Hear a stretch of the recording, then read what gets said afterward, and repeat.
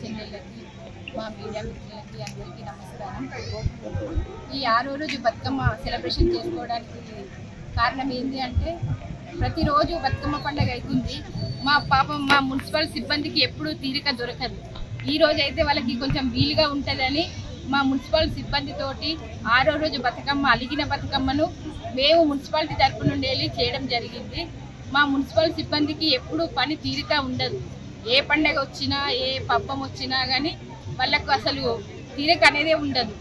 అందుకే వాళ్ళకు కొంచెం ఉల్లాసం ఉత్సాహంగా ఉంటుందని ఈరోజు మేము వాళ్ళ కోసం బతుకమ్మ సంబరాలు ఏర్పడడం చేయడం జరిగింది. ప్రభుత్వం ప్రతిష్టాత్మకంగా చేపట్టినటువంటి బతుకమ్మ పండుగ మా సిద్దిపేట మున్సిపాలిటీలో పెద్ద ఎత్తున ప్రతి సంవత్సరం జరపడం జరుగుతుంది. ఈ సంవత్సరం కూడా మా గౌరవ చైర్పర్సన్ మంజుల రాజనరసింహ మేడం గారు మా పారిశుద్ధ్య సిబ్బంది మా మున్సిపల్ సిబ్బందికి ఎప్పుడు తీరిక ఉండదు అనేసి ఈరోజు 6వ రోజు బతుకమ్మ అలిగిన బతుకమ్మ అయినప్పటికీ మేము ఈరోజు మా మేడం ఆధ్వర్యంలో మా మేడం సెలబ్రేషన్ అనేది చేయించడం జరిగింది.